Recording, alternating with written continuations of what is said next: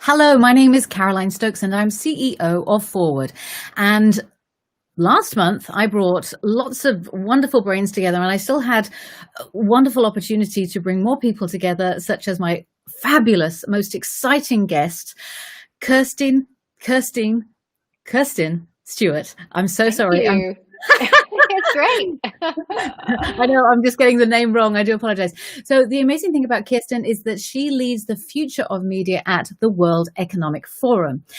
She was previously head of CBC in Canada, and she was previously the VP of media for Twitter across North America. Now, the other interesting fact, if that wasn't enough, is that Kirsten is the author of the best-selling leadership book, Our Turn. So, Kirsten, thank you so much for joining me today. Oh, thank you, Caroline. It's great to be here. And about the name, don't worry about it. At least you're not calling me Christine. Christine, I get it all. I answer to all, so no worries. It's funny because I get called Christine a lot. So Oh no, Caroline, Caroline, or Christine. So I get it. That's there you funny. go. Just don't So call us late for dinner, right? yeah, I know. It's so funny. It's so funny. So we're living in the most peculiar time of our lifetime. You have had the most incredible career. You've obviously written the book Our Turn, and I'm seeing you as having just so much depth and field of vision in the role that you are in at the World Economic Forum, and because you're involved in the future of media, I am desperate to find out what you are stoked about. Well, and stoked is an interesting word, isn't it? Because it's like, are you stoking a fire? Are you stoking passions? I think it's great that you've done this and put this together. So thank you. Yeah, what am I stoked about? I'm stoked about, you know, the opportunity. Like I think it's really hard, and obviously people have not experienced the pandemic in the same way, and some are truly suffering. And True. it's this is a, I think, a new view, and it kind of shines a light on the inequities that we have in our Mm, system and our society. And for that, I think it is a good thing because it then kind of highlights the areas where we need to put more effort, more work. And I think that's true in media as well. And media is one of those places where it's always been disrupted. Like, let's face it, there has not been an age that has gone by where media hasn't felt it, and this kind of digital disruption being the last mm, one, mm, and the big platforms coming in like Facebook and Google, and and now TikTok and others, as they kind of change how people consume content and information. The media ecosystem and industries always had to adjust to whatever the latest is. The challenge right now is, the pandemic obviously throws and accelerates everything into a much different world. mm, What I'm stoked about is, how do we learn the lessons of our recent past through those other disruptions, now through this disruption, and use this time while everything is in such a disarray and mm, everything is upended. How do we build it back better? Like, how do we take advantage of this time and really apply ourselves to making sure that we come out of this more resilient, with better information, with better connectivity to people who want to create content and consume content? Like, how do we use this time to really connect in a way that we haven't before? mm. So when you're talking about making connections, creating content, the World Economic Forum isn't really known to be leading in that particular area. So how are you steering that? I'm really very curious too about Sure. that. So, and you're quite right. And although there is a part of the forum that does a really great job of telling the world stories right now, the social media group behind the forum does an excellent job of telling the stories of particularly unheard voices, Mm, and giving a global perspective. That's not the world I'm working in. Where I work in is those that are members of the forum. So those companies that are part of the forum and who particularly focus on content creation, distribution, anywhere along that kind of value chain of where you start, where media begins, and where it ends and comes back again as a mm, cycle. Those companies, whether it's Facebook, Google, ByteDance, New York Times, Washington Post, Berda in Germany, Tencent in China. There's a number. There's about 40 different companies who commit themselves to having top level discussions and and commit to supporting wide and global initiatives to making the world a better place. So whether Yes. you're in the media part of the forum, or oil and gas, or banking and finance, there's a number of different sectors, and I'm working with the Mm. media sector. So in collaboration with those kind of leaders of business, but also great thinkers out of academia, policymakers, heads of state, our opportunity is to collectively look at what is the impact of media. How do we make sure that the media ecosystem is strong and resilient enough through any of these disruptions Mm. to withstand the vulnerabilities of things like disinformation, or inaccessibility, and inequality of voice. So there's a lot of, you can't separate the social impact from the business health of the media sector, and so working on both simultaneously together with those leaders and the great thinkers is a wonderful place where I get to sit in. And so working on those initiatives is what we're really focused on. Wow. Incredibly influential. And now it's all making sense because, working at Twitter, as we know, is incredibly influential. The stock Yeah. markets rise and fall based on it. People change their opinions in a heartbeat, or, further validate them depending on what they read. Um, People President behave. announced their post-positive COVID test. I was just getting. That was Yes. And there's so much that's happening there. And then you obviously moved into the governmental, which at CBC, Canadian Broadcasting Corporation in Canada. And so you kind of blended the corporate and the business, and then obviously from a governmental and issues based, then leapfrogging into World Economic Forum, where you can make a global impact. I mean, that's yeah, yeah, yeah. phenomenal. Yeah. Well, and I think the thing is too, content, lives best when it is borderless, right? Like ultimately the Mm. beauty of, this digital disruption is that anybody has access to creating or consuming content anywhere around the world. That's also the Mm. very kind of risky and dangerous thing about, Mm. this new world that we live in terms of the accessibility and how the internet is free to everybody, but it comes with consequences, and those Yeah. consequences aren't equally applied. So my life at CBC was very much because I ran the news and sports and entertainment divisions of the CBC, whether on TV or radio, Mm. thinking about how we connect with Canadians in particular around whether it's comedies, like Schitt's Creek, that just Yes. everyone seems to know Good Schitt's Creek now. acquisition. That was something that was in very early stages when I was last there, but a great team picked that up and took that and made it incredibly meaningful, obviously. Mm. But documentaries, obviously the world class news organization that CBC News is, and sports, those were thinking about how to modernize or bring that world into today's public world, where the public expects it to be there when it wants to be there, and give it the news and give it the information it wants in real time. Mm.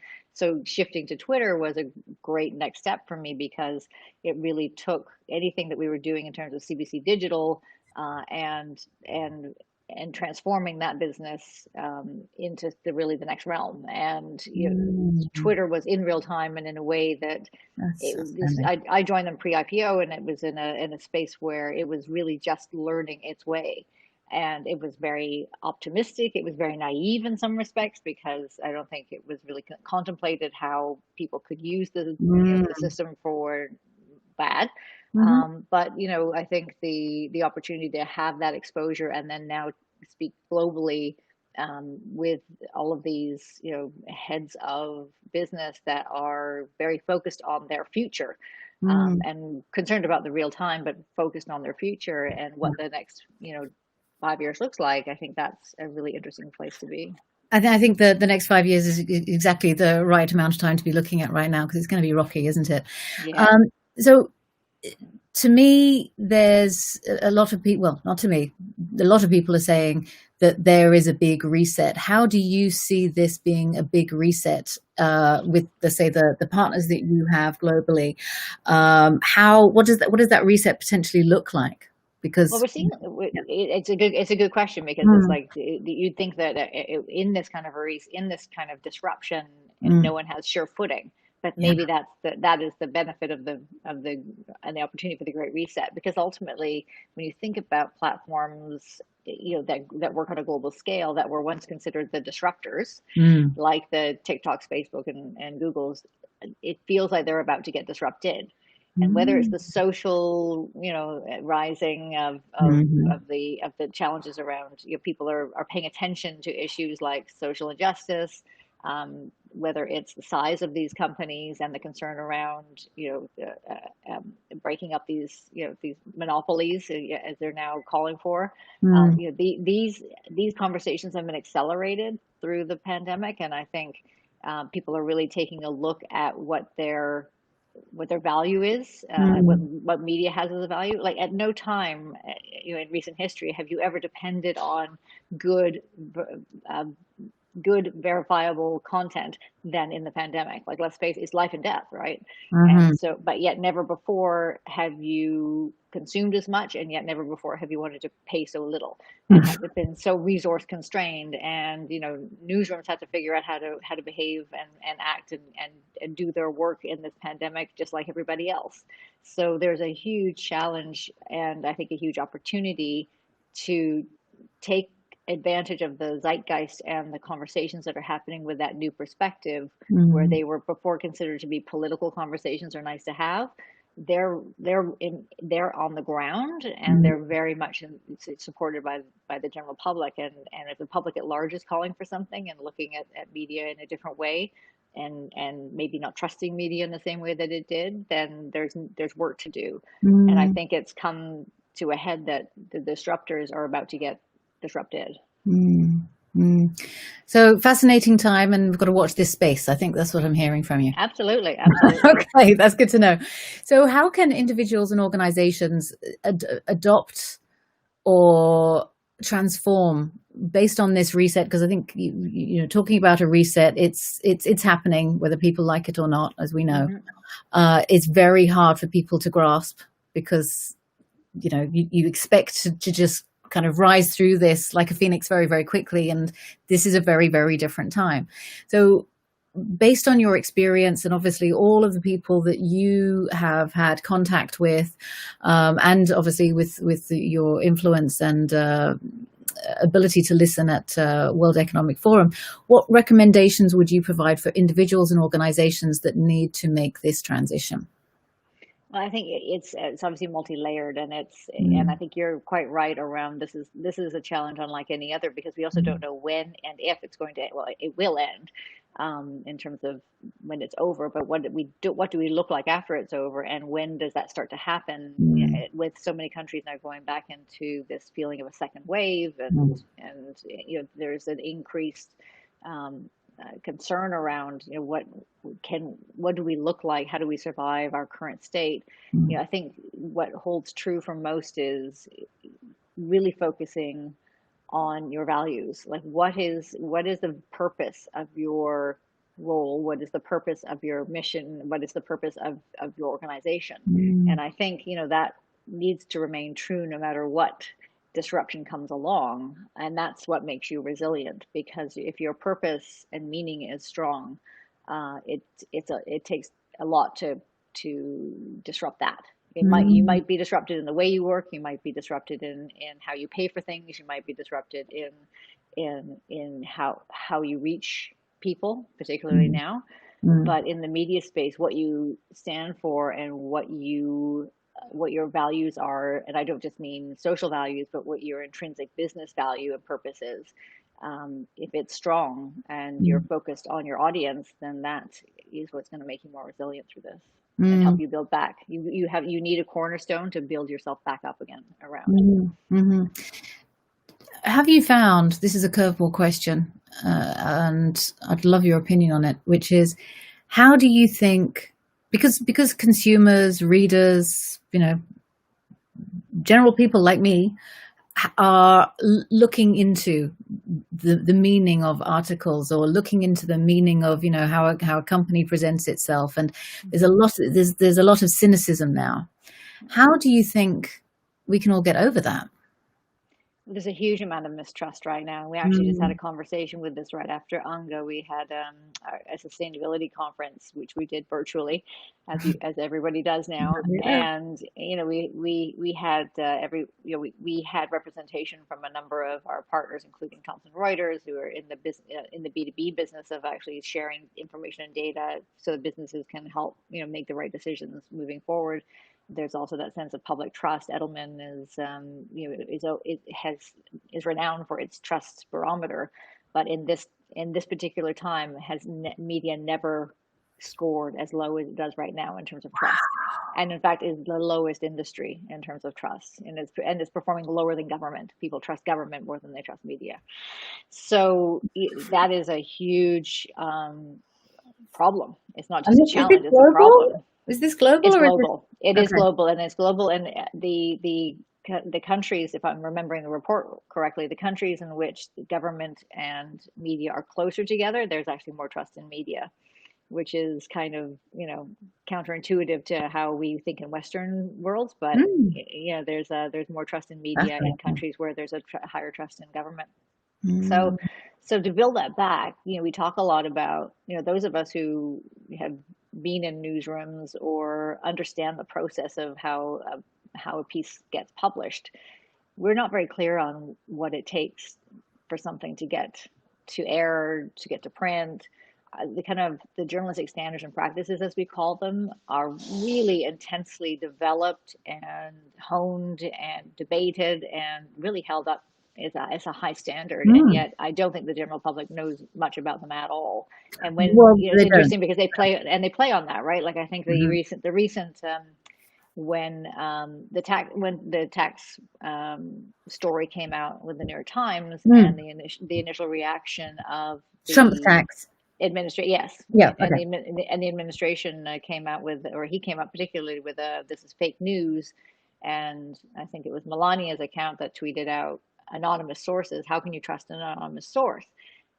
Just by virtue of not explaining on behalf of a journalist how they use anonymous sources, how Mm-hmm. they're verified, what that means. It doesn't mean they heard it on the street and overheard it somewhere and they don't know who the person is. The anonymous source is not anonymous to a reporter. In Mm-mm. fact, they're quite heavily vetted, and it's an entire system that goes around anonymous sources. So just in that, it just shows you that we are not being clear enough as creators of content how content gets made. So being more Mm. transparent about what that means, being more forthright about mistakes that we might make go along the way.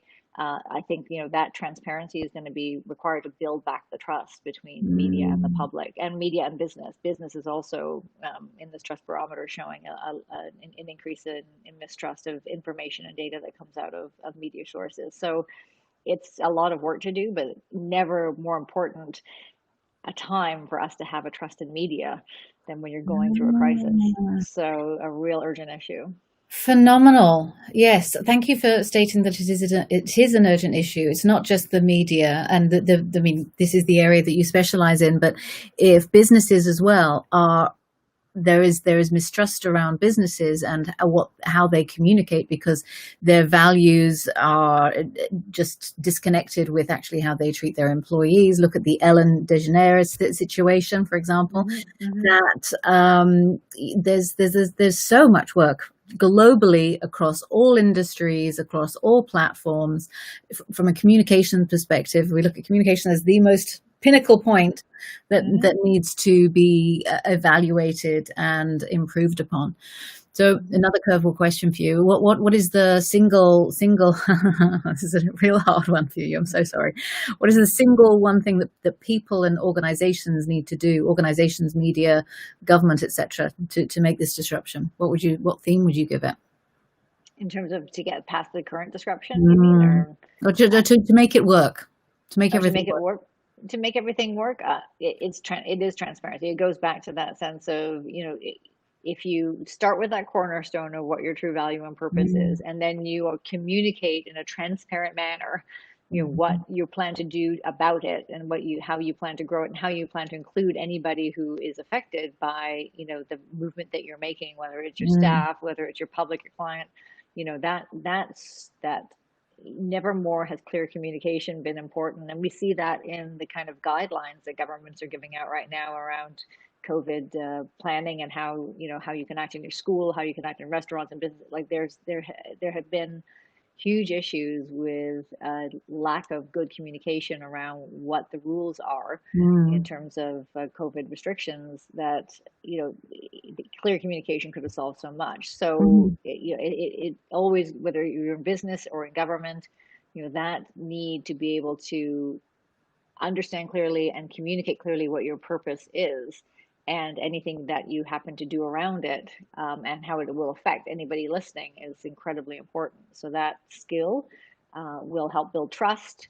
It will help build your business back, because you will have people on side internally that will row that boat with you, because they know where they're headed. And externally, it will help your clients and customers understand where you're going and what you're doing for them.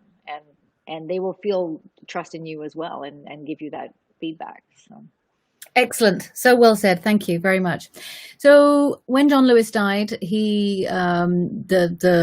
it's horrible when somebody dies, it just makes an even greater impact for you. But when he was alive, I always heard about Good Trouble, and I liked it. But when he died, it was like something that I felt like I had to carry something forward.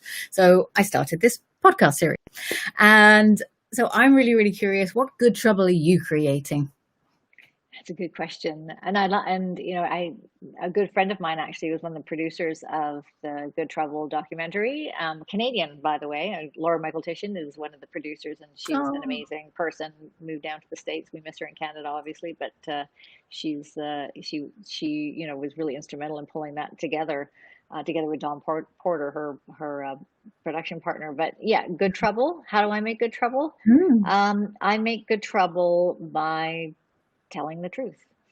By, I think, you obviously need to be aware of your audience, and tell them things that, in a way that they can understand and comprehend. But mm. the easiest way to kind of rise above all the noise is to continually tell the truth, and tell it in a way that's clear and concise, and understandable. And so I make good trouble for myself sometimes in being truthful, but it really is the only way to be.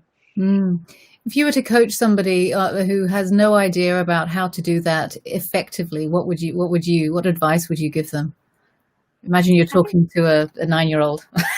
a 9-year-old about the importance of telling the truth. Haven't we all? If we all have kids, I think we've all gone through these through these lessons, haven't we? But I think in the very basics of telling the truth is that then you form a trust bond. And there Mm, is nothing more important than forming a bond of trust. Whether you're a business or an individual, and or a government, or any kind of body organization. I think the you need to be known to be reliable and trustworthy, mm, and telling the truth, and it is the clearest way to get to that. And it's also pretty liberating, because, and maybe it's something that you learn as you get older, where as you're younger, you might feel that there are times when telling the truth can get you into more trouble, and that's not necessarily good trouble. And But you have to realize in those moments that it's what will see you through. So it's hard to do when you're young and more vulnerable. Where telling the truth could put you in a situation mm. where you could lose a job, you could lose Yeah. a friend. But in the end, it's who you are, and you don't have to make up stories about things, and continue in a way that's false. Mm, mm. It's important. But if we then loop back to what you were saying earlier, that if organizations are able to uphold their values and be in that being more transparent, then those two are going to work together really well. Yeah, and it's consistency, right? Because I Yeah. think that, to your point earlier, when you were saying that, businesses can hold up a value, but then don't necessarily Mm, walk the talk. That's where people will really hold you to account. And I think that's about the transparency of the work mm, you're doing, because there may be times when something that you do doesn't look like it's in line with that value. or that purpose, but because of a way that you have to move something, you have to take a step that might be sideways as opposed to forward. Mm. But if you're clear about it and you already have that openness and that trustworthiness with that audience, whoever that audience is, they'll give you that grace. They'll give you that Mm. leeway. Yeah, that's great. So, curveball question. We've been talking about trust. We've been talking about transparency. We've been talking about disruption. Why is it emotionally intelligent to do this? Well, I think we talk about all kinds of forms of intelligence, don't we? And I think, Mm. yeah, I think we understand now the importance of emotional intelligence when you combine it with intellectual intelligence. Obviously, Mhm. I think the challenges that we have, um, the pandemic, I think, has again thrown a light on how emotions and um, how our beliefs actually, whatever if those beliefs are kind of more formalized or whether they're just kind of inside you, get a light shone on them in a time like this, and they prioritize themselves above other Mhm. things. When your health is under consideration, you're less worried about those more commercial or monetary things, and I think the emotional intelligence right now speaks to people in a way that is clearer and more direct because they're in Mhm. that space. They are concerned right now about larger issues than Mhm. just their titles or their paychecks, and even those that are under threat in that world because so many have lost their jobs. Mhm. And so many of them are worried about how they're going to, make their next rent payment, or, it's for them, the emotional intelligence in dealing with people who are going through those struggles is something that we need to build, Mhm. because we can't leave those people aside. Yeah, yep. Social responsibility is a really key aspect there. Someone said something really wonderful yesterday, but I think it's a Three Musketeers quote, which is all for one and one for all. If we're Yeah, able to help, the community actually move forward in some way, and some people may would want to just say, okay, I'm going to send a couple of $100 every single month to the food bank, or somebody might go check in on someone, or somebody might say, okay, I'm going to go and do a speech to people who and to help them understand how they can adapt their resume or whatever. Of course it will not be online, but there's hmm, lots of different things that can be done yeah, yeah. to help the community move forward. Yeah, never more have we all been sent to our rooms, and told to think about what we've done, than through a lockdown, quarantine, whatever you want to call it. And Mm. yet never more have we wanted to be with our community. And so we figured out how to do that. And I think bonding with that community happens to be through these, like you said, sharing moments and helpful moments. Yeah, so beautifully said. Thank you. My final question is, what's one thing you would like people, viewers, future viewers, to take from this from this session? Well, I think in terms of, I hope that people who are looking at their Twitter or are on their Facebook pages or are in any way, trying to find answers to things, Mm. and increasingly disillusioned with what they're reading or what they're seeing, understand that there is a system of people trying to work to make it better. And I think increasing the dialogue between those who are feeling that mistrust, or that don't understand why media behaves the way it does. Like, I'll have friends write me and say, why does the media do this? And lumping it all together as the media, as the enemy, is hard, Mm. and it's not helpful. And try to find those places where we can, as organizations and governments, try, and heads of state and NGOs and all of those that Mm. are focused on this world right now, find the true value of information told well, and access to that information. And I think, there's more people wanting to try to make it work, hopefully, than wanting to tear it apart right now. And we need it so desperately. So I hope that you become an educated consumer of content, and you don't, take your frustrations out on the media at large. There is no such thing as the media at large. And really make your own judgments and think carefully about what information you share, and retweet and repost.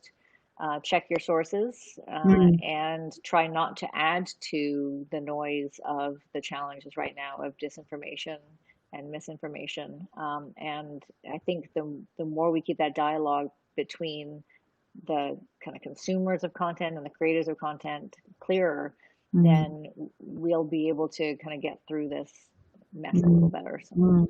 Again, we're talking about social responsibility and how people have to, before they just angrily tweet something or angrily repost something, that they actually do the due diligence by seeing, is that helpful?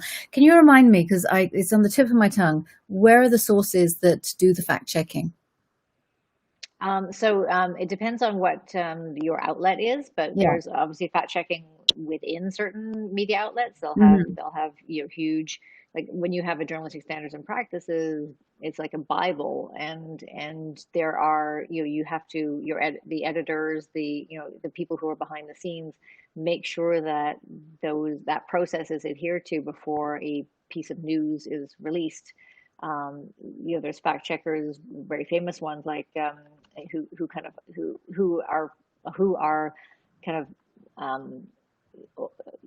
have a wider audience than even just an internal one in a process way, like Daniel Dale, for example, he's a Canadian who's now at the CNN, and he famously goes on Twitter and does a whole fact checking stream.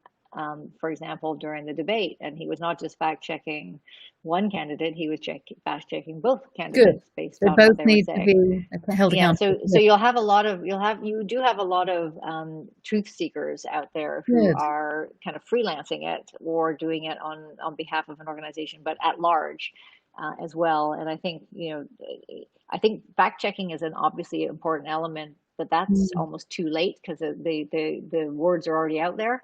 I think the upfront work of making sure that what we say is truthful before we say it that's where the focus needs to be. Very good, very good. Kirstine, it's been such a pleasure having you on this podcast. You're an absolute joy, and it's been lovely playing around in your brain today. Well, thank you so much. I enjoyed this a lot. So, and I appreciate that you're doing this too. Fantastic. I love that you're stoking some good stuff. I appreciate that. Thank you very much. Have a great rest of your day. Thanks, Caroline.